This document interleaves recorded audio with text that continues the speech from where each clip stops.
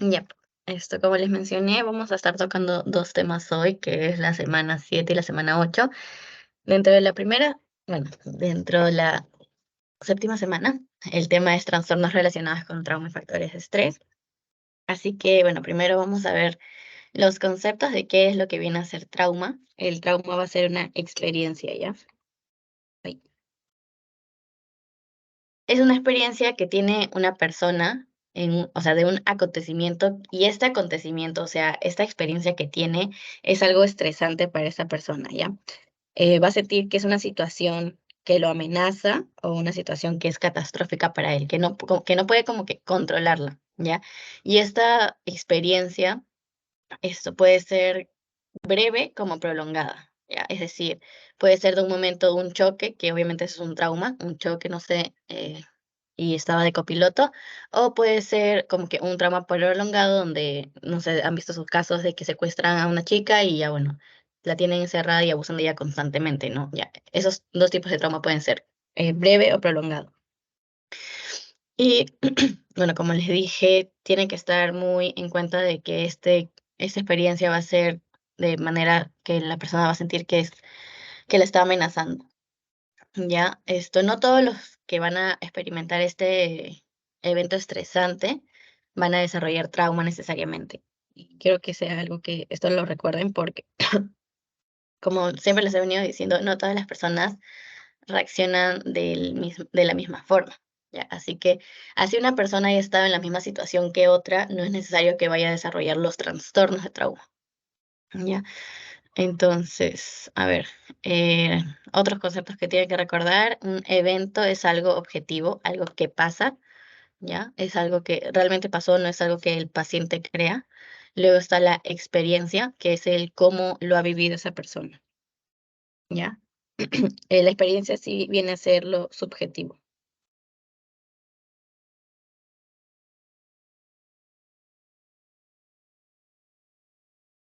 Eh, entonces, en la parte de experiencia, como esto es lo subjetivo, aquí, como les dije, ambas personas pueden vivir lo mismo, pero no las mismas lo van a experimentar o, bueno, sobrellevar de la misma manera. Entonces, ¿qué viene a ser un evento traumático? El evento traumático es una situación de amenaza o de ataque, que esto puede ocurrir de manera, o sea, puede ocurrir de manera inesperada, fuera de lo normal, algo que no estaba previsto. Y uno, también estaba aquí, vamos a contar lo que son abusos continuados, ¿no? Lo que les he dicho de el ejemplo de que secuestran a alguien y la violan constantemente. Luego está que excede la capacidad que percibe el individuo para manejar esta amenaza, o sea, siente que no puede manejar lo que está viviendo. Es una amenaza que como que él no puede controlar y no puede solucionar.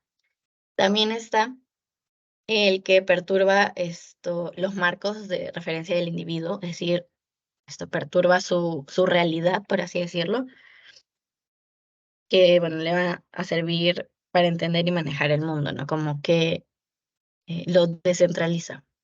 Es algo que no se lo esperaba, algo que cambió su realidad de alguna forma. También hay tipos de trauma y, bueno, está el trauma existencial, el trauma de pérdida, el trauma de vinculación, el trauma de sistema de vinculación. Y, bueno, aquí está lo que significa cada uno. Tenemos un trauma existencial. Esto viene a ser en un accidente, violación, guerras, desastres naturales. Puede ser individual, familiar o social. Es decir, le puede pasar a la persona, le puede pasar a la familia o lo puede ver a nivel social. Esa situación de trauma, ¿cuál va a ser? Bueno, el paciente o la persona va a sentir que ha tenido como que una amenaza de muerte, ¿ya? ¿Y qué va a llevar esto? Esto va a llevar que tenga un miedo a la muerte. Entonces, ¿cómo va a tratar de solucionarlo? O sea, ¿cuál va a ser su conflicto emocional? Va a tratar de retraerse o evadir estas situaciones que ha visto y que le han provocado como que el trauma, ¿no? Luego está el trauma de pérdida, que es una separación repentina, muerte de un hijo, persona, familia. Esto puede ser, más que nada se da con que es a nivel familiar o a nivel individual, esto que está relacionado a las relaciones, ¿no? O sea, las relaciones que la persona tenga con los demás.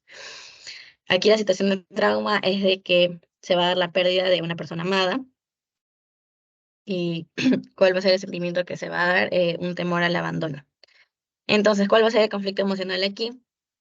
El dejarse llevar por sentimientos y llorar por la pérdida y, bueno, por aferrarse al pasado, ¿no? De lo que se ha vivido. ¿Un rato? Ya. Luego está el trauma de vinculación. Puede ser, bueno, vinculación, lo que es vínculo, rechazo a la madre o al padre por acoso o maltrato. Esto ya es como que a nivel familiar. Situación de trauma, violación de este vínculo emocional. ¿Qué sentimiento se va a encontrar? Va a ser como que confusión entre todas las emociones: emoción, amor, frustración, rabia e impotencia. ¿Cuál va a ser el conflicto emocional? Esto le va a costar confiar y más que nada va a desconfiar de la gente y como que le va a costar lo que es amar nuevamente. Luego está el trauma del sistema de vinculación. Esto ya es a nivel social, de lo que vemos en nuestro contexto en el que vivimos. Está el infanticidio, incesto, abuso sexual, asesinatos, homicidios, feminicidios, todo eso, ¿no? ¿Y cuál va a ser nuestra situación de trauma? Esta perpetración, o sea, que se den estos actos, que son obviamente moral y éticamente injustificables, ¿no? Sentimientos que se puede sentir: vergüenza, culpa y miedo en sí a la sociedad en la que se está viviendo. ¿Y cuál puede ser el conflicto emocional? Esconder o encubrir cualquier acto que responsabiliza la culpa. Luego vamos a tener lo que es la traumatización. Aquí tenemos la directa, que también conocida como primaria, y luego está la indirecta, que lo vamos a dividir en dos, que es la secundaria y la vicaria. En una traumatización directa, es como la experiencia traumática ocurre directamente en la persona, ¿no? O sea, si es primaria, es como que le ocurre directamente a la persona. Si yo sufro estoy manejando bici y me choco, obviamente eso es como que un trauma para mí. Me pasó a mí, yo lo viví. Así que este trauma es directo, es primario, ya, porque yo estoy en esta situación. Un ejemplo, víctima de violencia sexual, los accidentes de tránsito, como les mencioné, no se puede ser el de la bici, catástrofes naturales, una persona, hay un terremoto y se le cae toda la casa encima, prisioneros de guerra, los pacientes con COVID, es bueno, en este contexto también que se ha vivido, y es como que todo lo que le pasa a la víctima directamente. Luego tenemos lo que es la traumatización indirecta, que está la secundaria. Bueno, si la primaria es a una misma persona, la secundaria va a ser a lo que nosotros vemos. O sea, no nos ocurre a nosotros, pero es lo que vemos, por lo que la secundaria se va a relacionar, que es un trauma que le ocurre al testigo, o sea, a la persona que ve, no sé, un accidente, ¿ya? Obviamente esto es de manera indirecta porque no le pasa a uno mismo. Ejemplo, la presencia de un accidente, el conductor atropella a un transeúnte, bueno, y en este caso no se menciona si en la muerte o el accidente del transeúnte, pero no sé, como que todo se relaciona en el hecho de que el testigo ya vio ese accidente, vio sangre, escuchó los gritos y obviamente es algo perturbador para el testigo, ¿no? Así que de esta forma se crea como que un trauma de manera indirecta. Luego está la indirecta vicaria, ¿ya? Aquí es como que un cambio físico, psicológico, social o espiritual que ocurre por un impacto acumulativo, ¿ya? Es como que impacto acumulativo y microtraumas. Obviamente aquí tampoco le pasa a la persona, es lo que ve. Es como un testigo, pero como una acumulación de microtrauma. Ya. Es como la acumulación de microtraumas. Esta vicaria está muy relacionado con lo que son las profesiones, ¿verdad? Ya. Em, las profesiones, los doctores, no sé, por ejemplo, en el caso del COVID, que han visto un montón en UCI, viendo las personas que fallecen, no pudiendo salvar, viendo como que el llanto de los familiares, es algo que obviamente repercute emocionalmente, ¿no? Y este es como que la forma de traumatización indirecta vicaria, más que nada lo relacionamos con lo que son las profesiones de salud. Y también en algunos casos Se ha visto que, no sé, fiscales están haciendo su investigación, ven el texto, ven todo lo que ha pasado y es algo muy chocante para ellos. Ya, y bueno, eso también. Entonces, ahora vamos a hablar acerca de los PICS, que es síndrome post cuidados intensivos. Ahí está, ya cargó. Síndrome post cuidados intensivos, o también conocido como PICS, es un deterioro físico y cognitivo y psiquiátrico que aparece después de la enfermedad crítica. Después de la enfermedad crítica y que va a persistir después como que el ingreso hospitalario, ¿no? Estos directos, puede ser directo o indirecto, ahorita les voy a explicar, porque no es solo como que para la persona que estuvo en los cuidados intensivos, sino también para los familiares que vivieron ese contexto en el no saber si su familiar estaba bien, o en qué situación se encontraba, ¿no? Ya. Entonces, obviamente eso puede aparecer después de una enfermedad crítica. Bueno, suele verse en pacientes con rehabilitación, que están en cuidados intensivos a largo plazo, también en cuidados en el hogar o centros de enfermería. Aquí, bueno, no viene a estar incluidos los pacientes con traumatismo cráneoencefálicos o accidente cerebrovascular, porque en este caso los pacientes obviamente no estarían tan conscientes de su situación, ya que estarían con como que una discapacidad cerebral, ¿no? No son conscientes tanto en lo que se encuentran. Entonces, estos efectos emocionales que se encuentran por la unidad de cuidados intensivos, lo que se ve que después de esto, que se va a dar depresión en un 30% de los pacientes, ansiedad en un 70% de los pacientes, trastorno de estrés postraumático entre 10 a 50% de los pacientes. Bueno, también se ve que puede ser de un 22, allá. Era el primero es de las personas en sí, pero como les dije, también se puede dar en familiares, ¿ya? Como que personas. Entonces, se puede dar trastorno de estrés postraumático en familiares entre 22 a 24%, la depresión en un 26 a 33% y una ansiedad generalizada entre 38 y 44.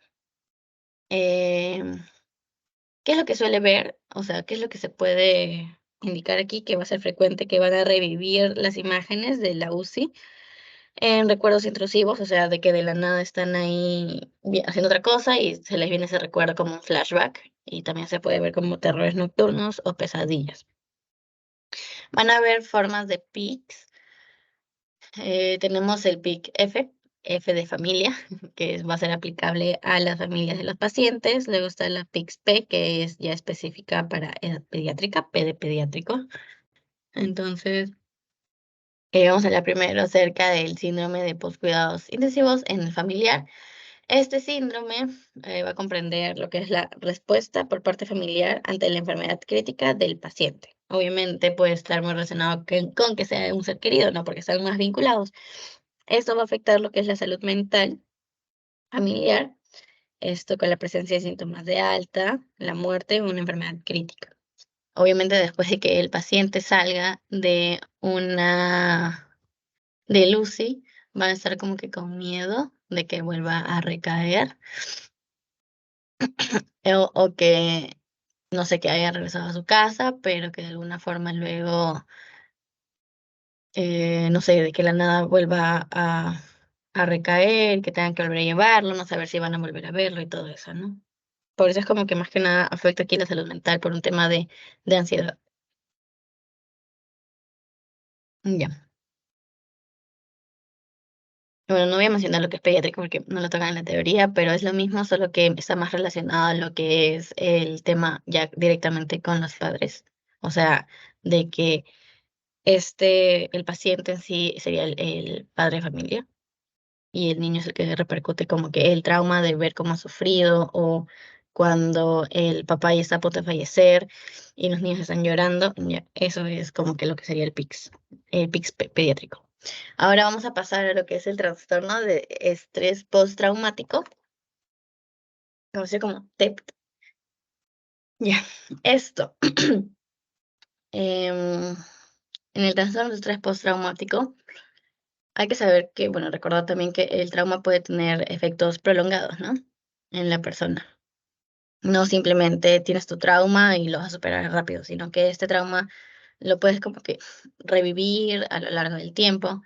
Y hay que saber de que si estos síntomas van a persistir y no disminuyen, esto puede indicar de que ya nuestro trauma se ha volvido un trastorno. Lo que les vengo diciendo como que en todas esas asesorías, cuando ya tenemos la palabra trastorno, es algo que ya repercute en el día a día del paciente.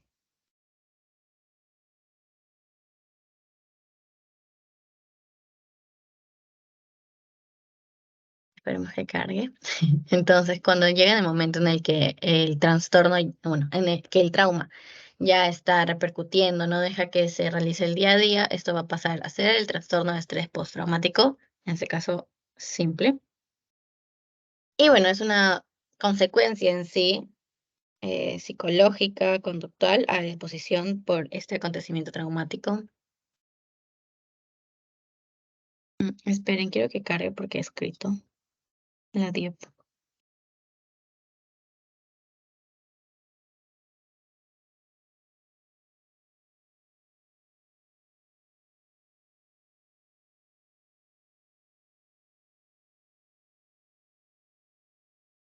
Ya. Eh, eh, eh, eh, Ya que sigo. Entonces, esa es consecuencia de eso. Este estrés postraumático, hay que saber que estos síntomas deben durar más de un mes. Y bueno, los síntomas se van a englobar como que en tres grupos. Y esos tres grupos es como que un estado de hiperactivación, evitación de los estímulos y una reexperimentación del suceso de lo que se ha vivido. Esos son como que los síntomas principales. También hay que saber de que la aparición de estos síntomas suele ser gradual y somativos, es decir, como que cada vez van a ser más fuertes. Más fuertes. O sea, obviamente empieza de poco a poco y ya luego desencadena como que el hecho de que ya, no sé, está teniendo esta reexperimentación del trauma un montón de tiempo, sea constante y todo eso, ¿no? Ah, bueno, lo que hay que saber de que, bueno, esto se repite. Lo que hay que saber aquí de que estos síntomas van a provocar un malestar considerable, malestar que afecta el desempeño, ya sea social, familiar o personal.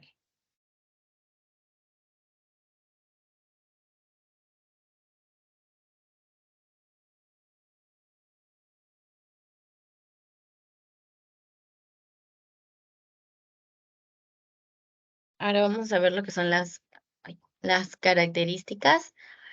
Tenemos que aquí en el trastorno de estrés postraumático simple va a haber la percepción constante de una amenaza y esto va a ser conocido como la hiperactivación o también se da el hiperarousal. Esto es como que una variante en sí del TEP, pero aquí van a haber síntomas, ¿cómo digo? Disociativos. Aquí está, síntomas disociativos.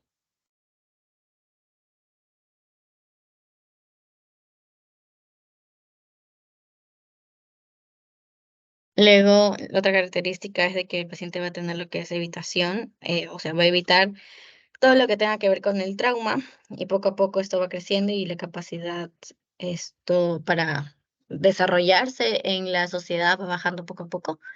Y luego está lo que es la reexperimentación, que es lo que les dije, que son como flashbacks. También se puede ver como pesadillas. Entonces, hay factores de riesgo acerca del trastorno de estrés postraumático. ¿Quiénes son más probables de sufrir esto? Bueno, las mujeres tienen mayor probabilidad de desarrollar TEP. Ya, más probabilidades. También personas que han tenido traumas en la infancia, sentir horror, impotencia o miedo extremo, pasar por un evento traumático que dura mucho tiempo, es decir, prolongado, tener poco o ningún apoyo social, sufrir estrés adicional después del evento, tener antecedentes de enfermedades mentales o el uso de sustancias, ¿ya? Y bueno, ¿cuáles vienen a ser los síntomas del estrés postraumático? Bueno, ya los hemos estado viendo en las anteriores diapos. Tenemos cuatro.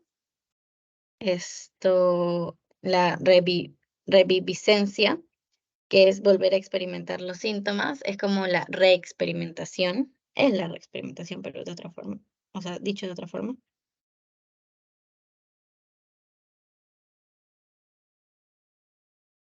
¿Ya? Algo le recuerda el trauma y va a sentir miedos. Están los flashbacks. Esto le hacen vivir como si estuviera pasando el evento nuevamente. Se ven pesadillas, pensamientos aterradores. Luego está la evasión, que es evitar situaciones o personas que desencadenen recuerdos de este evento. También evitar lugares, eventos u objetos que le recuerden esta experiencia traumática. Por ejemplo, una persona tuvo un accidente de carro, entonces, ¿qué, qué va a hacer? Va a dejar de conducir, o sea, está evadiendo el acto de conducir porque tiene miedo que vuelva a pasar esto, ¿no?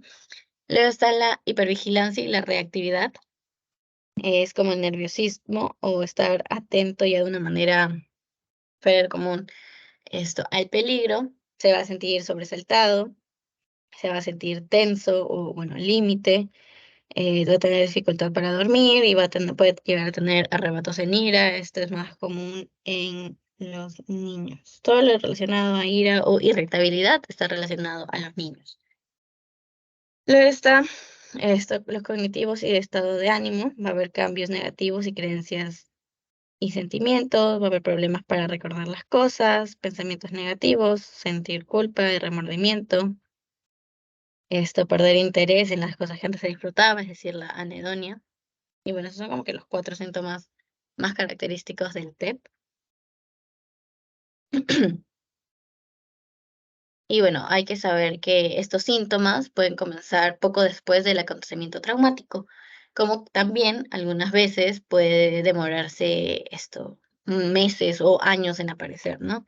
También pueden ser síntomas que vienen y se van, pero o sea, es como que los síntomas de alguna forma en algún momento sí van a estar presentes, siempre y cuando sea una persona que esté sufriendo trastorno de estrés postraumático.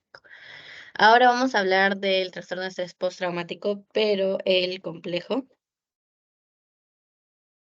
Aquí es complejo y aquí la víctima va a estar relacionada a un trauma prolongado, ya sea tortura, violencia doméstica prolongada, genocidio, esclavitud, guerra, terrorismo, abuso sexual, entre otros, ¿no? Aquí hay que saber de que los síntomas vienen a ser la mayoría de los mismos que el trastorno de estrés postraumático simple. Em, También vamos a ver dentro de esto lo que es un trastorno disociativo. ¿Y qué viene a ser la disociación? Es como cuando el paciente se escapa de la realidad, ¿no? De forma involuntaria y peligrosa. Y bueno, eso le va a esto va a hacer que resulte difícil poder seguir con sus actividades cotidianas en la normalidad. Por ejemplo, es como estás ahí, eh, no sé, normal pensando y como que recuerdas algo y te empiezas a disociar, como que te alejas un poco de tu realidad. Sientes que ya no estás siendo tú mismo, ¿ya? Y el trastorno disociativo va a estar relacionado con lo que es la amnesia disociativa. Ay, bueno, amnesia, recuerden que es recordar memoria. Entonces, aquí no van a recordar acontecimientos sobre ellos mismos ni de personas cercanas, que estén relacionados con el momento traumático. También está el trastorno de identidad disociativo. El paciente se siente la presencia de dos o más personas que hablan o que están en su cabeza, como siente que no puede controlar a sí mismo. Y luego está el trastorno de despersonalización o desrealización. Eso es lo que les había mencionado, que está relacionado con el trastorno disociativo, que es como la persona siente esa desconexión, ¿no? se siente que salió de su cuerpo, o sea, como que observa sus propias acciones, ya sea sentimientos y pensamientos, pero todo desde una distancia, como que si estuviera viendo una película de sí mismo. Eso es lo que es el trastorno de despersonalización o de desrealización.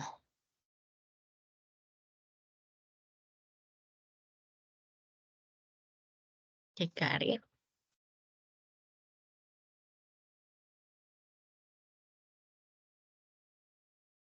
Ya.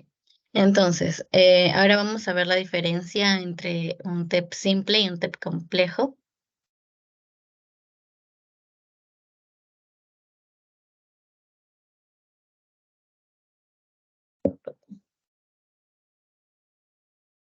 Ya, el TEP simple, la exposición al trauma va a ser única, mientras que en el complejo es continuo. La temporalidad, bueno, el TEP simple puede ser por varias semanas y el TEP complejo también por varias semanas. En ambos, obviamente, se va a dar esta percepción de amenaza. La evitación, o sea, el síntoma de evitación se da en ambos casos. La reexperimentación también se da en ambos casos. Una desregulación afectiva suele verse en el TEP complejo y el pobre autoconcepto se va a ver en TEP complejo. Respecto a las dificultades de relaciones interpersonales, se ve en ambos, pero en el TEP complejo es aún mayor, ¿ya? Respecto al compromiso sistémico,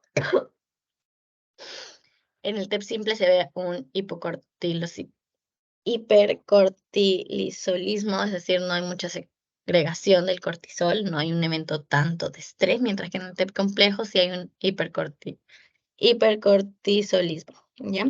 La sensibilización en ambos se ve y, bueno, las comorbilidades, es decir, qué es lo que puede desencadenar después de este evento traumático, después de este TEP, que el paciente sufra de depresión, ¿ya? Esto se ve en ambos casos. Entonces, ¿cuál viene a ser el tratamiento para ambos TEPs? Es, bueno, el mismo. El objetivo principal es reducir los síntomas y esto gracias a la estabilización.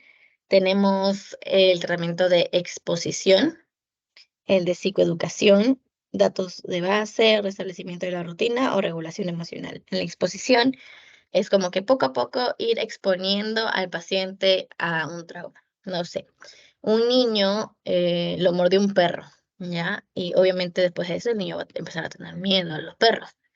Así que lo que se podría hacer eh, es ir exponiéndolo, no sé, a cachorritos chiquititos que obviamente no le van a hacer daño. De esta forma ya no le va a tener miedo a los cachorros. Luego, progresivamente, se le puede presentar un perro esto más tranquilo para que lo acaricie y así vaya perdiendo el miedo, ¿no? Hasta que poco a poco ya pueda relacionarse con los perritos. Luego está psicoeducación. Se le explica términos sencillos para que pueda saber qué es lo que está pasando. Datos de base, que se hace el PCLS, que es una escala para evaluar los síntomas, para saber si el paciente se está sintiendo mejor o no, y esto se toma de manera semanal. Luego está el restablecimiento de rutina, que permite que el paciente siga con su rutina, y esto es sin forzarlo y sin que haya una sensación de rutina, como que vaya realizando su día a día, pero que no siente que se le está obligando a esto, ¿no? Luego está la regulación emocional, que se puede trabajar con técnicas de respiración o de relajación. Luego está el procesamiento, que es el tratamiento de primera línea. ¿Cuál va a ser? A ver, no ha cambiado la tiempo. Ya, ahora sí. El de primera línea va a ser la terapia conductual, ¿ya? Recuerden eso. La primera línea de tratamiento para TEP es terapia conductivo-conductual modificada para el trauma. Luego está la exposición prolongada. Viene a ser lo mismo que la exposición en la parte de estabilización, pero aquí ya de manera constante, exponerlo de manera gradual al trauma para que aprenda de que no siempre esta situación va a ser un riesgo, ¿no? En caso no se puede exponer, en caso de abuso sexual, eso se podría hacer como que de manera imaginaria, de que la persona empiece a imaginar, no sé, que camina o que no se la van a llevar y todo eso, ¿no? Le está lo de integración, que esto más que nada es para prevenir recaídas. Está lo que es una creación narrativa, que voy hablando de cómo se ve a futuro, saber que hay algo después del trauma que ha vivido. También está el refuerzo de estilo de vida saludable, para evitar el riesgo de síndrome metabólico, hipertensión arterial y entre otros. Y bueno, también se tiene que trabajar en lo que es la dependencia, ya que en estos casos se suelen pegar mucho al terapeuta, ya que cuando los ayudan sienten que al superar este trauma todo se debe a ellos y como que ya se encariñan mucho, ¿no? Y cuando termina como que ya la parte de tratamiento, estos siguen apegados. Bueno, como siempre les he venido diciendo, tanto el tratamiento farmacológico como el no farmacológico suelen estar muy relacionados, así que hay que saber que en el TEP el tratamiento farmacológico aquí ya viene a ser algo de segunda línea, que se le puede dar sertralina, paroxetina o fluoxetina. Bueno, aquí va a haber esto se da solo cuando hay un incremento de esta incidencia para TEP y se va a usar como que una dosis máxima, o sea, estos, ya. Luego se da la venlafaxina, sí. Esto es caro, por eso que no suele darse mucho, pero tiene un efecto dual, ¿no? Luego se da la flaxoxina, que es un alfa-modulador. Bueno, esto está relacionado a las pesadillas, pero no se suele dar mucho porque es escasa en el mercado. Luego, bueno, ya como otro trastorno tenemos vamos a hablar de otros trastornos mencionados. Cambie la diapo. Ya, respecto a otros trastornos mencionados, vamos a hablar acerca del trastorno de adaptación.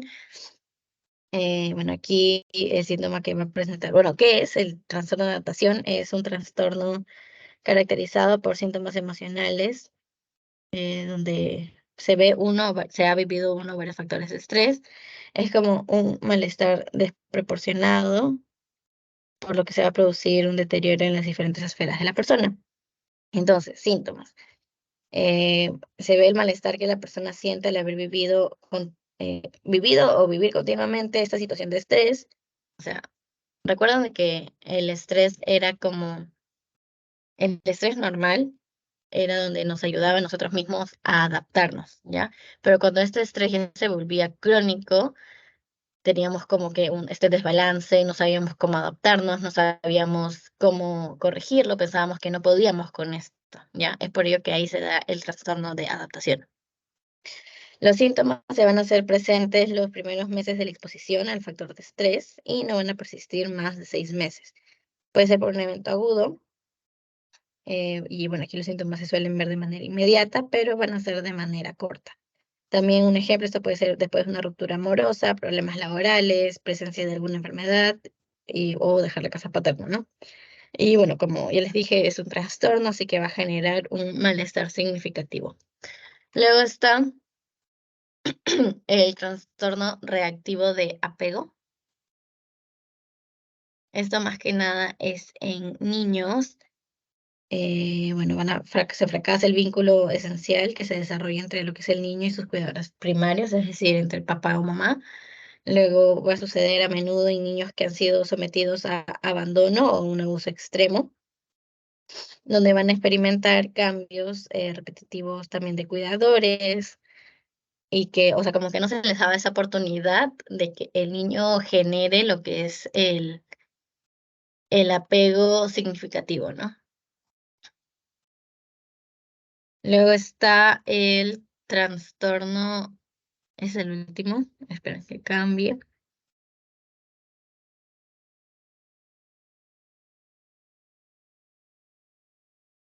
Ya.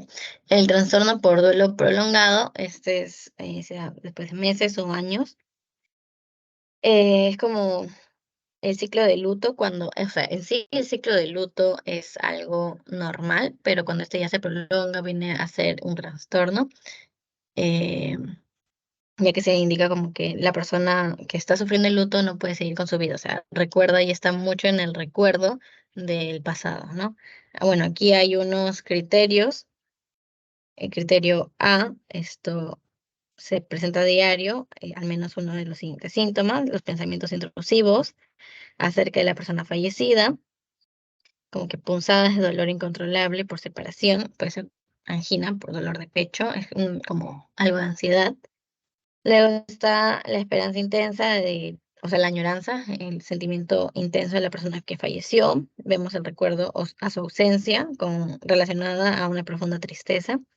Luego está el criterio B, se va a sentir al menos 5 de los 9 síntomas, como confusión acerca de cuál es el papel de uno en la vida, dificultad para aceptar la realidad de la pérdida, evitación de todo lo que recuerde al ser querido muerto, una incapacidad para confiar en los demás desde el el fallecimiento, amargura o enfado, remordimiento por seguir adelante con su vida, frialdad o insensibilidad, bueno, todo esto desde el fallecimiento, ¿no? Y frustración con la vida, percepción de que sin la persona que ha fallecido, la vida ya no tiene sentido, o una percepción de atontamiento, aturdimiento y conmoción. En el criterio C está de que estos síntomas deben ser al menos por 6 meses, y el criterio D de que estos síntomas causan malestar clínicamente significativo, deterioro social, laboral u otras actividades significativas.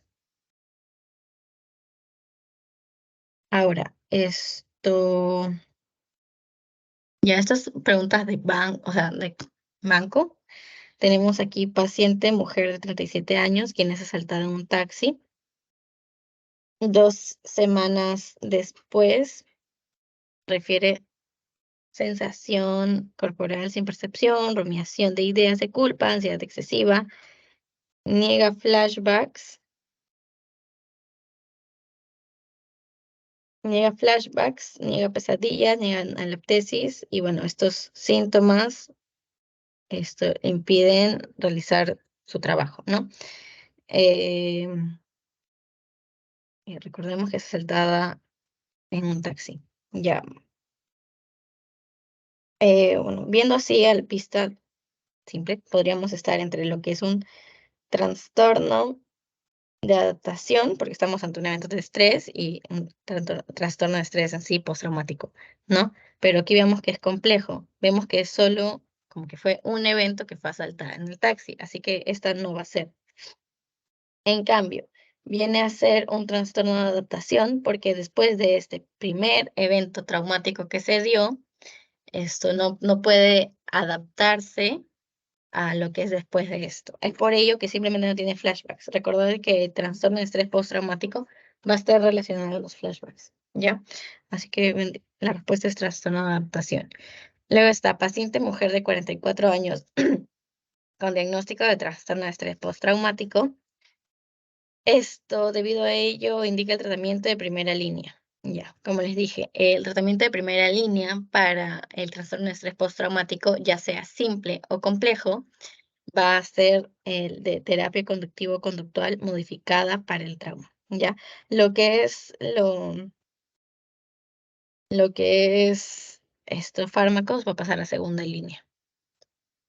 Ya, eso es todo respecto a la semana 7. Les voy a pasar ahorita el post-test, eh, para que vayan resolviéndolo. Igual vamos a esperen, vamos a resolverlo al final. O si no, doy unos minutos y ya luego ay, respondemos al toque. Ya lo mandé, voy a dar 4 minutos y ahí lo respondemos. Esperen, ya lo mandé. Damos 4 minutos.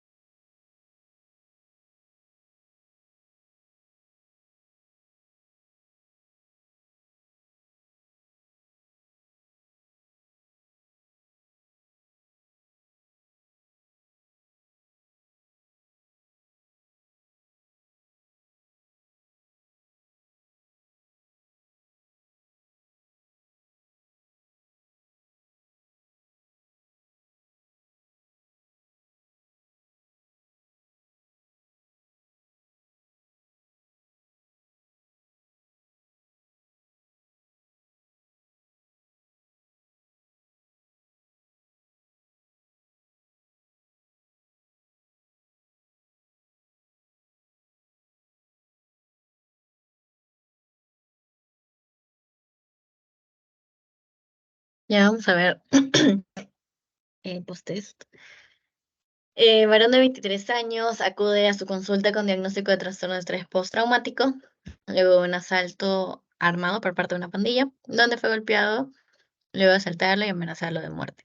Acude a su consulta sin otras comorbilidades psiquiátricas, ni ideación suicida, no presenta comorbilidades psiquiátricas. El tratamiento de primera línea para este paciente, ¿cuál sería?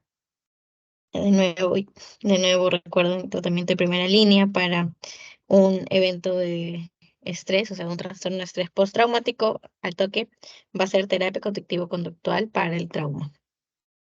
Borramos todo esto porque ya sabemos que los farmacológicos se dan en segunda línea. Entonces, la segunda, mujer de 34 años sin antecedentes significativos estuvo a cargo de cuidar a su madre tras un cuadro de COVID-19 por 2 semanas en casa. Tras agravarse el cuadro, su madre fue derivada a un hospital, permaneciendo en la UCI por 13 días, hasta su fallecimiento. Actualmente la paciente refiere fatiga, mialgias, hiporexia, hipoprosexia, hipomnesia, desrealización, ansiedad, un montón de cosas. Bueno, lo principal aquí es de que hay que saber de que la madre es la que sufrió el COVID, ¿no?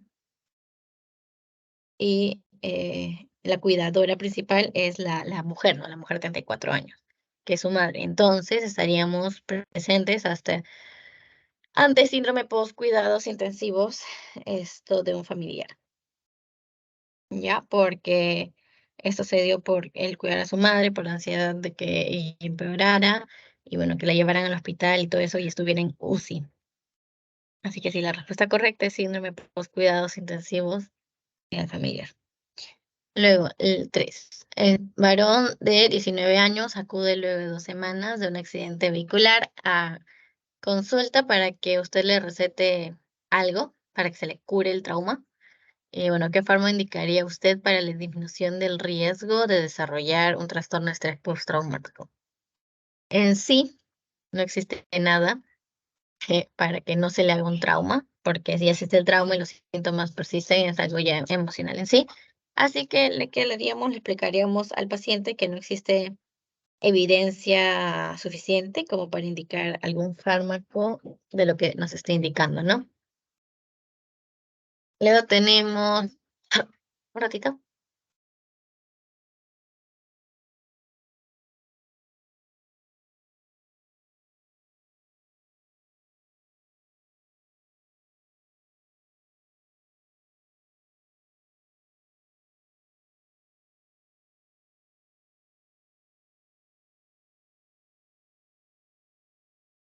Ya, pregunta 4, mujer de 46 años con antecedentes de abuso emocional, físico, sexual desde los 6 hasta los 14 años. O sea, ya sabemos de que es algo crónico, no algo prolongado. Bueno, ya en sí con eso podemos sacar lo que nos piden porque solo nos está diciendo de cuál es el diagnóstico psiquiátrico más probable. Así que rápido podemos decir de que estamos primero ante un trastorno de estrés postraumático complejo, así que ahora hay que ver los demás síntomas. Refiere insomnio secundario a pesadillas asociadas a las experiencias mencionadas. Tiene anedonia, a ver, tiene, bueno, regulación emocional, abulia, anedonia, pobre concepto de sí mismo, dificultad para realizar. Y bueno, en sí todo esto de anedonia, abulia, son como síntomas de depresión, ¿no? Así que este trastorno de estrés postraumático estaría relacionado con una depresión severa. Y obviamente ya sabemos, como vimos en el cuadro, de que el trastorno de estrés postraumático, ya sea complejo o simple, va a ser muy relacionado con que el paciente sufra de depresión más adelante. Es, por último, en la parte del pasito de la semana 7, bueno, la última pregunta dice, una persona es testigo de un asalto a mano armada donde fallecen 2 personas a quienes no conocía. A los 2 meses presenta síntomas de reexperimentación, evitación e hipervigilancia. El tipo de traumatización que la llevó a desarrollar el trastorno de estrés postraumático, ¿cuál sería? Ya. Bueno, viejo, hay que recordar que la traumatización son dos, así que quitamos la terciaria. Esto, no podemos decir que exagere los síntomas porque tenemos que validar los síntomas del paciente. No es primaria porque este robo no le pasó a esa persona, ¿ya? Y bueno, este último tampoco. Es una traumatización secundaria ya indirecta, ¿no? Obviamente, porque la persona, o sea, el paciente en ese momento es el testigo. Y ya, eso sería todo por la semana 7. Ahora vamos a pasar a la semana 8. El tema es trastorno de conducta alimentaria. Ya, trataré de hacerlo rápido también. A ver, ya. Esto primero, hay que recordar o saber qué es una conducta alimentaria. Bueno, estos son patrones que tiene cada persona que tiene para la hora de comer, ¿ya? No todas las personas comen igual. No sé, hay unas personas que primero comen las cosas verdes, primero comen el arroz, o algunos mezclan todo. Es como que cada persona tiene una conducta alimentaria diferente, ¿ya? Son como que los patrones que se tienen, son hábitos que cualquier persona puede desarrollar a la hora de comer. Esto puede ser desde chiquito, grande, como que es algo ya que esa misma persona se genera, ¿no? Hábitos, por así decirlo. Simplemente hábitos al comer, recuérdenlo así. Entonces, ¿dónde podemos ver la conducta alimentaria a la hora de comer? Ya que algunos suelen comer a ciertas horas, em, suele haber como que cierto espacio entre una comida y otra, se comen las mínimas comidas al día, bueno, y una relación que hay entre los alimentos que son agradables al momento de ingerir. No, no todas las personas les va a gustar la misma comida, así que ujú, eso sería lo que es conducta alimentaria. Ahora vamos a ver qué es trastorno de conducta alimentaria. De nuevo, trastorno, algo que ya está afectando el día a día del paciente. Esto aquí serán como que los patrones y hábitos que se mencionaron, pero alterados. Es como que la conducta alimentaria alterada se va a relacionar con problemas del sistema cardiovascular, prolongación de la onda QT y disminución de la ST. Puede ser paciente que genera osteoporosis, alteraciones hormonales, hematológicos, neurológicos, déficit de micronutrientes y entre otros. También está la alta prevalencia y sus consecuencias en la salud mental. Puede afectar la autonomía, la autoestima y habilidades sociales, y también afecta lo que es la salud física, problemas gastrointestinales, endocrinológicos, dermatológicos, cardiovasculares y pulmonares, y también está asociado a una significativa morbilidad y mortalidad con un compromiso severo de la calidad de vida. Eso es como que lo general del TCA, ¿ya? Hay diversos tipos de TCA. Tenemos el PICA, los trastornos de rumiación, trastornos de evitación, de restricción, de indigestión de los alimentos, la anorexia nerviosa, la bulimia nerviosa y el trastorno por atracón. También, fuera de estos, están los trastornos alimentarios o de la ingesta de alimentos específicos y, bueno, otros trastornos o de ingesta de alimentos que no están especificados. Estos son los temas que vamos a tocar acerca de los TCAs. Un resumen, algo rápido. Anorexia nerviosa viene a ser una disminución de la ingesta a propósito. Hay miedo a ganar peso, hay una distorsión de su imagen corporal, ya que se ven con exceso de peso, ¿ya? Aquí se ven como que gordos, pero no lo están y tienen miedo a seguir aumentando de peso. Luego está la bulimia nerviosa. Aquí lo principal es que va a haber un atracón, o sea, comen, no sé, como que por nervios, por ansiedad, y luego tienen que tener el atracón, que es como una conducta compensatoria, ya sea con vómitos, uso de purgantes, diuréticos o ayunos. Luego está en sí un trastorno de atracón, que es la ingesta sin control y exceso de alimentos, incluso cuando no se tiene hambre. La bulimia nerviosa y el atracón están muy relacionados, es como que uno es parte de. Luego está la pica, que es ingesta de comida que no debería comerse, como barro, cabello, papel, rocas, tierra, entre otros. Luego está el trastorno de rumiación, que es la regurgitación repetitiva de comida, eso por al menos un mes. Y el trastorno de restricción de ingesta de alimentos, también conocido como que de botación, la pérdida de interés por la comida, evitar comer. No, aquí no tienen miedo a ganar el peso y tampoco hay esta distorsión del cuerpo, simplemente está la pérdida de interés por comer, ¿no? Ah,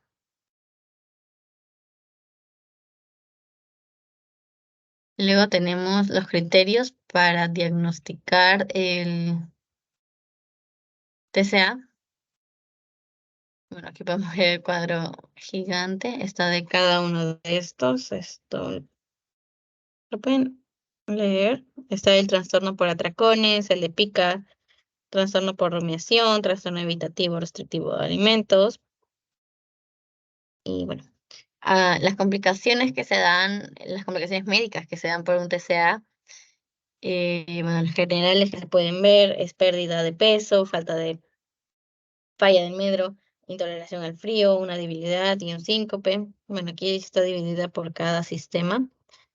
Tenemos boca, puede haber laceraciones orales. Esto, por ejemplo, en una persona con bulimias, que se provoca el vómito, obviamente el ácido del vómito le puede generar, bueno, primero desgaste de los dientes y también las mucosas, como que le puedes lacerar, ¿no? Luego está el crecimiento de glándula parótida, peritonitis, bueno, los cardiorrespiratorios, dolor pericordial, taquicardia, hipotensión, disnea, edema, gastrointestinales, dolor epigástrico. Esto puede estar relacionado, por ejemplo, en la anorexia, obviamente si dejas de comer te puede dar una gastritis, es por ello que es el dolor epigástrico. Distensión abdominal, reflujo gastroesofágico. Esto en las personas con bulimia, cada rato de vomitar, pues estoy como que malogrando el,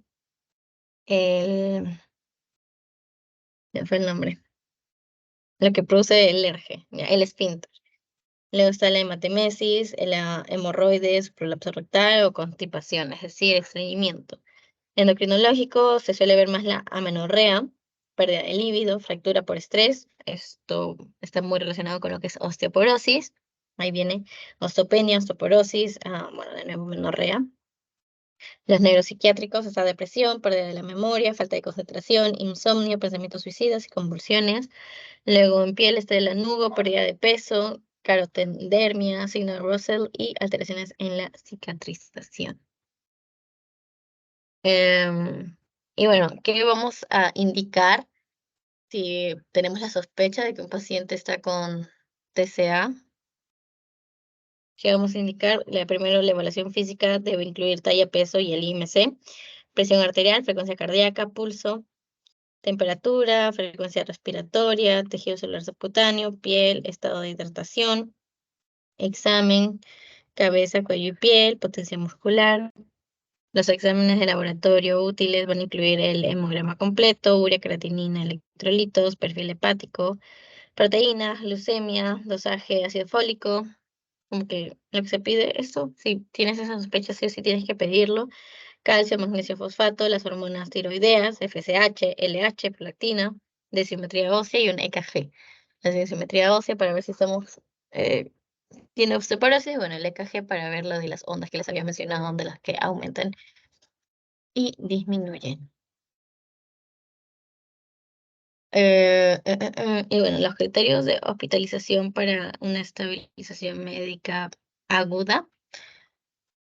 Eso sí, espero que se lo recuerde como que de memoria. No hay mucho que entender, es memoria aquí, porque sí lo preguntan en los pasitos. Ya, está de que si el IMC es menor de 14 o bueno, el IMC es menor de 12, la pérdida de peso, 1 kilo por semana durante varias semanas, hay una ingesta nutricional inadecuada, pérdida de peso continua a pesar del tratamiento, una inestabilidad hemodinámica, se ve hipotensión bradicardia o hipotermia, la presión arterial postural es mayor a 10 miligramos de caída separado o también mayor de 20 de caída. El EKG podemos ver las arritmias y, como les dije, la prolongación de la onda QT. Luego, respecto al sodio, fosfato, calcio, magnesio y, bueno, se puede ver en todo en hipo, ¿ya? Hipocalemia, hiponatremia, hipofosfatemia, también una acidosis o alcalosis metabólica. El nivel de glucosa en la sangre, hipoglicemia, la albúmina menor de 30 gramos por litro, y comorbilidades médicas psiquiátricas, intento suicida, autolesiones, crisis de ansiedad, agitación psicomotriz, fracaso de tratamiento ambulatorio, o que se limitan a un tratamiento médico ambulatorio. Las complicaciones agudas que se puede ver, que también es criterio de hospitalización, es de que sea diabetes mellitus de tipo 1, también síncope, pancreatitis o una insuficiencia cardíaca. Entonces, esto, de nuevo, como que, ¿cuál sería para la hospitalización y hacer una estabilización psiquiátrica aguda? Esto podría ser por el rechazo agudo a comer, pensamientos o comportamientos suicidas en sí. Cualquier persona que haya tenido un intento suicida eh, se tiene que hospitalizar al momento. Luego también las otras morbilidades psiquiátricas, aquí comorbilidades psiquiátricas que interfieren con el tratamiento, esta ansiedad, depresión, trastorno obsesivo compulsivo. Otras consideraciones acerca de la hospitalización: falla en tratamiento ambulatorio, los atracones de purgación incontrolables, apoyo social o atención médica y psiquiátrica inadecuados. Maquito, adolescente de 16 años con diagnóstico de anorexia nerviosa en el tratamiento de 6 meses. ¿Cuál sería un criterio de hospitalización? Sería, bueno, fracaso del tratamiento ambulatorio, porque lo demás se mantiene entre los rangos normales. Ahora está, ya. Un paciente de anorexia nerviosa acuda a la a la emergencia. En la evaluación se evidencia presión arterial 90-60, normal. Frecuencia cardíaca 100 por minuto, normal. Un IMC de 13.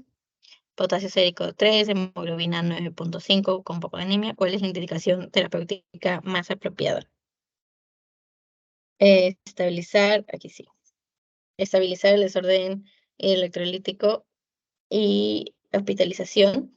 Si es que no recuerdan en sí el rango de potasio, podrían guiarse como que de hemoglobina, que ya está baja. Si está baja, ya sería como parte de hospitalización. Y las otras, bueno, obviamente hay que descartar, no se va a ir a acudir de día, o sea, eso es innecesario. O sea, obviamente si es necesario algo, podríamos, aquí está, mira, podríamos estabilizar, pero no es necesario como que derivar a la consulta externa, porque simplemente podríamos como que hospitalizar y que sea esto ¿cómo decirlo? Una recepción integral, tanto de medicina interna como de psiquiatría, ¿no? Así que no sería como que una consulta externa, por lo cual también eliminaríamos la otra. Así que quedaría la E: estabilizar el desorden hidrocolítico y hacer la hospitalización. ¿Quiénes lo van a ver? Medicina interna y medicina psiquiátrica. Ahora sí vamos a tocar uno por uno lo que son los trastornos. Tenemos la anorexia nerviosa. Los síntomas: está la alteración de la imagen corporal. Aquí es que tienen que recordar que, como para diferenciar, en la anorexia nerviosa hay un miedo a engordar, ¿ya? Miedo a engordar y un deseo de adelgazar.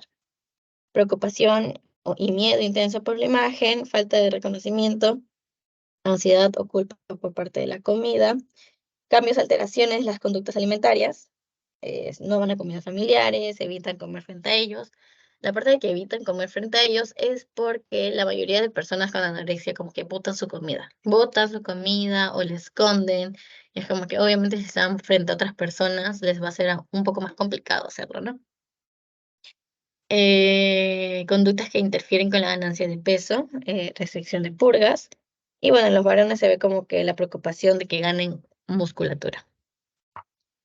Hay tipos de anorexia nerviosa. Tenemos el tipo restrictivo, o bueno, el compulsivo purgativo. El restrictivo es durante los 3 últimos meses un episodio recurrente de atracón o conducta purgativa. En verdad, recuerden de que si te mencionan una conducta purgativa, pero te dicen hay miedo de que esta persona engorde, ya es anorexia nerviosa restrictiva.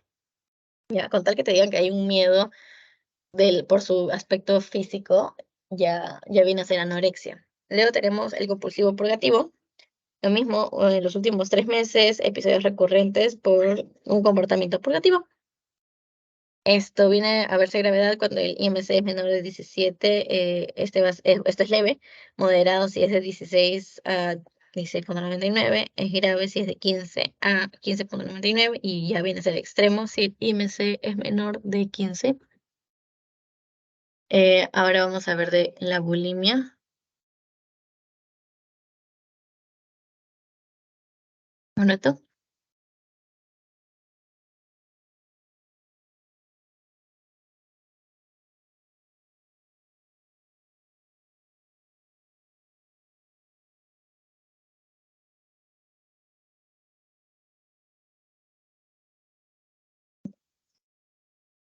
Luego está la bulimia nerviosa.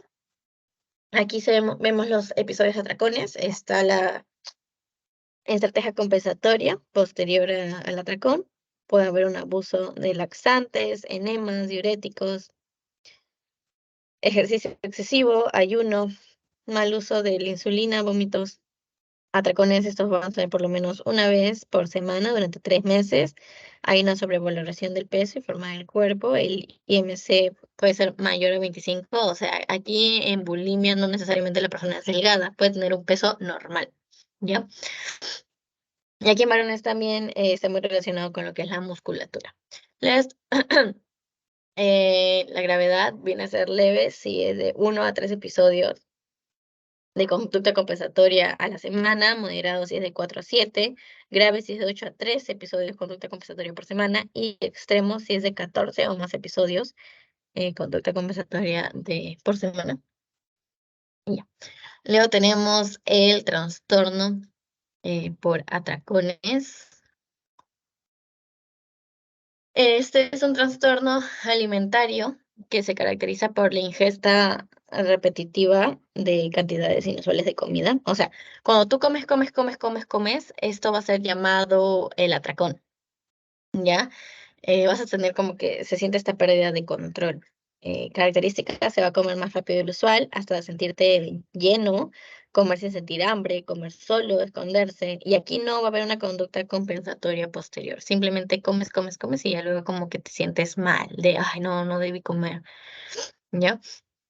Cuando habla de que no hay ningún intento de compensar este exceso de comida, se refiere a que no hay ningún evento como que de vómito o de purga y todo eso, ¿no? ¿Qué emociones se va, ay, disculpen, ¿qué emociones se va a ver? Culpa, angustia, vergüenza, angustia marcada durante el episodio. Frecuencia van a ser recurrentes si es al menos de un día, grave si es más de 3 episodios por semana, surge en la edad adulta temprana, es más frecuente en personas obesas con un IMC de 40. Bueno, y ahora el trastorno de evitación o restricción de la ingesta de alimentos, también conocida como TERIA. Es como que uno de los últimos, el último, a ver un rato. Ya, falta poco. Ya, esto, el TERIA, el concepto que es ingerir muy poca cantidad de alimento y evitar el consumo de ciertos alimentos. Aquí tampoco te va a hablar de tener una imagen corporal distorsionada o una preocupación a esta, ¿no? Simplemente es como que ingerir muy poca cantidad de alimentos por el hecho de que no te interesa. Esto se presenta en la edad pediátrica. No sé si han visto niños un montón de que no quieren comer una comida específica, ¿no? No les gusta la comida que es color verde, así que no la comen. Ya, esto sería lo que es un trastorno de evitación, no sería como que una teria. Personas con un temperamento ansioso, más frecuentes en menores de edad y es mayor en hombres. También está la comorbilidad más frecuente que va a ser los trastornos de ansiedad y, bueno, otra afección médica. Por último, sí, creo, por último está pica. Bueno, aquí el pica, y no hay esto, porque no hay pica, eso no. Es comer con regularidad alimentos que no son alimentos, comer cosas que no son alimentos es pica, ¿ya? Em, ya, en sí no les hace daño comer todo esto, pero les causa algunas complicaciones como obstrucciones en el tubo digestivo o puede llegar a envenenamiento por plomo. Se diagnostica el pica cuando la persona por más de 2 años ha estado comiendo esto, cosas que no son alimentos durante un mes. Ah, no, disculpen. Se diagnostica pica cuando una persona más de 2 años come alimentos que no son alimentos por más de un mes. Aquí la gravedad leve, si tiene, bueno, ignoren esto, no se borró. Ya, en el pica que pueden comer tierra, algodón, cabello, lo que les he explicado, o sea, todo lo que realmente no se debería comer, ellos lo comen. ¿Para qué? Simplemente llenarse. No sé si han visto, existía una dieta, creo, que era comer algodón para llenarte. Esto sería, estaríamos hablando de una persona con pica, porque el algodón no se come, ¿ya? Así que, bueno, recuerden el tiempo, una persona mayor de 2 años, si es que come cualquier cosa que no sea comida por un mes, ya es épica. Tenemos un tamizaje SCOF, que es para ver los eh, como que los síntomas, ver la persona con el trastorno. SCOF son las siglas: S de sick, C de control, O de one, F de fat y F de food. Bueno, la S, el que le podemos preguntar al paciente, usted pero se provoca el vómito porque se siente llena. La C de le preocupa que haya perdido peso. O bueno, le preocupa la cantidad de comida que ingiere. La O, ha perdido recientemente más de 6 kilos en 3 meses. F, cree que su peso y forma están aumentados, aunque los demás le digan que está demasiado delgada. Esto es más que nada de ver cómo es que se percibe el paciente. Luego está la otra F. ¿Diría usted que la comida predomina en su vida? Bueno, si hay dos o más respuestas positivas en el SCOF, podríamos estar ante una posibilidad de un TCA y deberíamos referir a la brevedad para una evaluación más exacta, ¿no?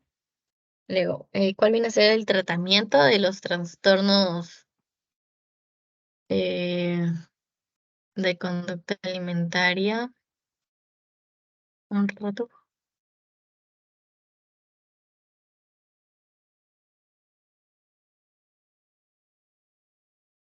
El tratamiento, el objetivo inicial que se busca es incrementar la motivación para que esta persona esté dentro del tratamiento, porque la mayoría de personas con TCA no quieren ser tratadas porque dicen de que no tienen ningún problema.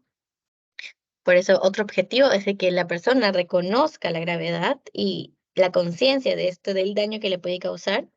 Y bueno, es muy necesario que se tenga una buena relación con el psicólogo y todo el equipo terapéutico, ¿no?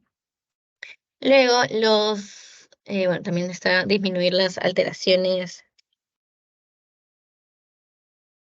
No, esto es luego objetivos posteriores, está disminuir o eliminar la ansiedad frente al peso y la comida, normalizar la ingesta y los hábitos alimentarios, modificar las distorsiones en relación con comida al peso. Luego está disminuir las alteraciones de la imagen corporal, incrementa la autoestima, mejorar las habilidades y las relaciones sociales, eliminar las conductas compensatorias y bueno, o como objetivo final está eliminar otras conductas patológicas como lesiones, ideación autolítica, ideación suicida. Y bueno, hay que saber de que debemos intervenir en cualquier problema personal y una psicopatología asociada, ¿no? Lo que buscamos aquí, más que nada, ya es prevenir las recaídas. Entonces, como cuadro resumen en sí de cuál viene a ser el tratamiento. De nuevo, aquí el tratamiento psicológico viene a ser el de primera línea. Tenemos la terapia conductivo-conductual, el modelo de Mosley y la terapia basada en la familia. Aquí debe haber la integración de toda la familia para saber cómo actuar y darle el apoyo emocional a la persona, bueno, sí, en este caso a nuestra familia, para saber cómo hablarle, cómo actuar y todo eso, ¿no? Luego en el farmacológico, este ya viene a ser algo complementario. Esto se da los inhibidores de recaptación de serotonina siempre y cuando haya un trastorno depresivo o de ansiedad que podemos dar, o lanzapina, topiribato y bueno, algún estimulante del sistema nervioso central. Y bueno, pero recuerden de que, primera línea siempre va a ser la conducta cognitivo-conductual, que como siempre les he dicho, es la que ha estado más investigada y la que se refiere ha tenido mejor éxito en el tratamiento. Y ya, eso sería todo por parte de los trastornos de conducta alimentaria. Voy a mandarles el post-test un rato, para que vayan llenándolo. Les voy a dar eh, 5 minutos, bueno, hasta las 8:50 para que lo respondan y ya vemos las preguntas, las respuestas, disculpen. Ya lo mandé.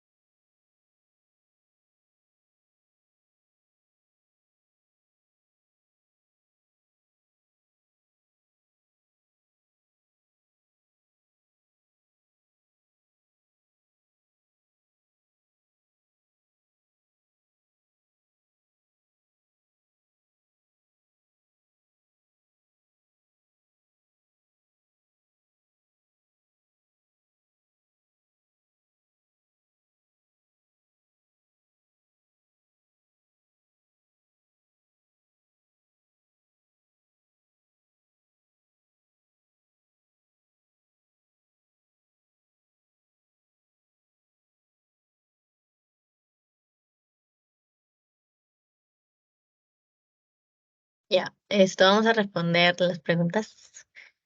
Y sería lo último. A ver, ¿dónde toca? Ya. Al evaluar la cavidad oral de una paciente se detecta desgaste dental y, y lesiones periodontales, adicionalmente queilosis. Previo al examen, usted se percata que la paciente tiene cicatrices en los nudillos de la mano dominante y, bueno, la paciente evaluada aparentemente con textura promedio. Ya. Esto, si dice con textura promedio, ya sabemos de que no estamos ante anorexia, así que la borramos.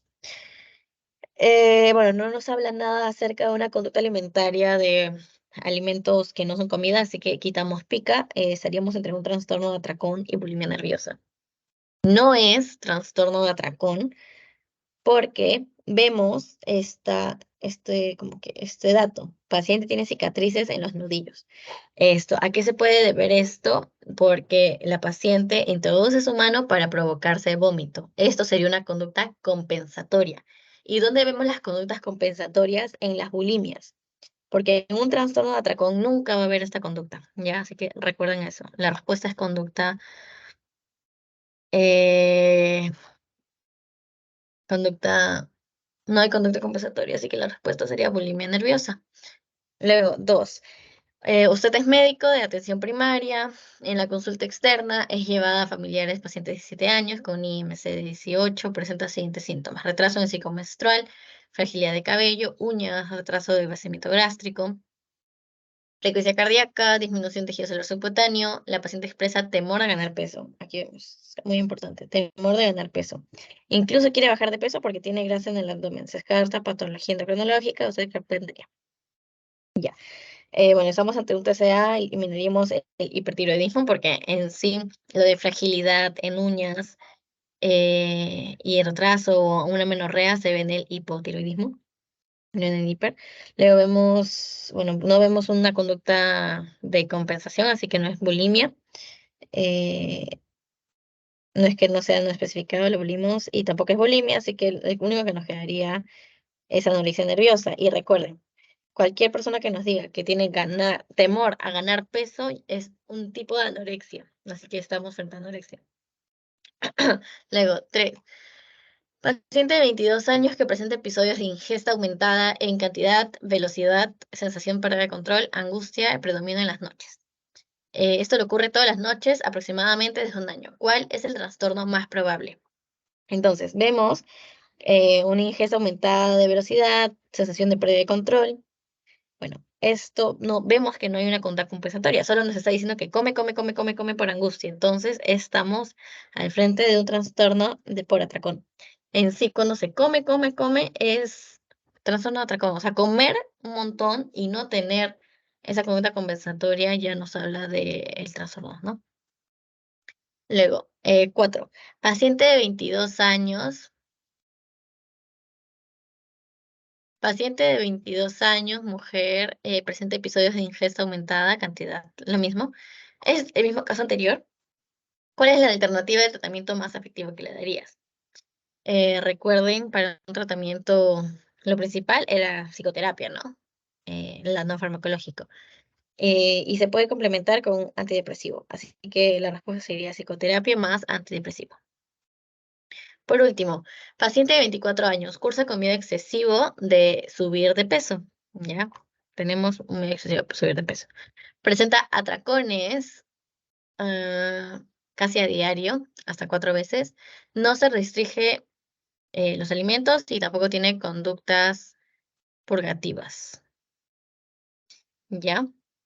Eh, eh, eh, eh, Ese sí está un poco como que para pensar. Vamos a descartar. Bueno, te dice miedo excesivo a subir de peso y eso podríamos relacionarlo con anorexia, pero luego vamos a ver por qué no es.